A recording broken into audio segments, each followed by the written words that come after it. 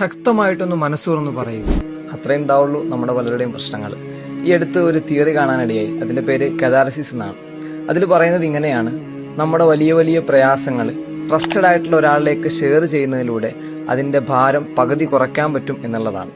അതുകൊണ്ടാണല്ലോ മലമുകളിൽ മലക്കിനെ കണ്ട് പേടിച്ച് മനസ്സൊക്കെ വിഷമിച്ചു വന്ന റസൂല് ഓടിച്ചെല്ലുന്നത് ഖദീജാബിയുടെ അടുത്തേക്കാണ്. ഖദീജാബി റസൂൽ ഇങ്ങനെ ചേർത്ത് പിടിച്ചിട്ട് പറയുന്നുണ്ട്, റസൂലെ നിങ്ങൾ പേടിക്കൊന്നും വേണ്ടട്ടോ, കുറച്ചു അത്ര പെട്ടെന്ന് നിങ്ങളെ കൈവിടൂലാണ്. ആ ഒരൊറ്റ വാക്കാണ് പിന്നീട് റസൂല് ഇത്രയും വലിയ ഇസ്ലാമിനെ പടുത്തുയർത്തിയത്. പക്ഷെ എല്ലാവരുടെയും ജീവിതത്തിൽ അങ്ങനെ ഒരു ഖദീജ ഉണ്ടാവണമെന്നില്ല.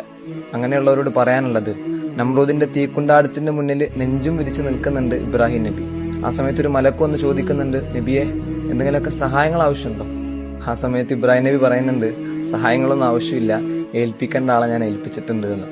അതേ പടച്ചോനെയല്ലേ ഞാനും നീയൊക്കെ ആരാധിക്കുന്നത്? എന്തെങ്കിലുമൊക്കെ വിഷമങ്ങൾ ഉണ്ടാവുമ്പോൾ, മനസ്സിൽ തട്ടുന്ന മാറാത്ത എന്തെങ്കിലുമൊക്കെ പ്രയാസങ്ങൾ ഉണ്ടാവുമ്പോൾ, ആ 4 ചുവരുകൾക്കുള്ളിൽ ഒറ്റയ്ക്കിരുന്ന് നിന്റെ പടച്ചോനോട് പറയുക. അപേക്ഷിച്ചാലേ പിന്നെ ഒരിക്കലും നമ്മുടെ പടച്ചോൻ നമ്മൾ ഉപേക്ഷിക്കൂല.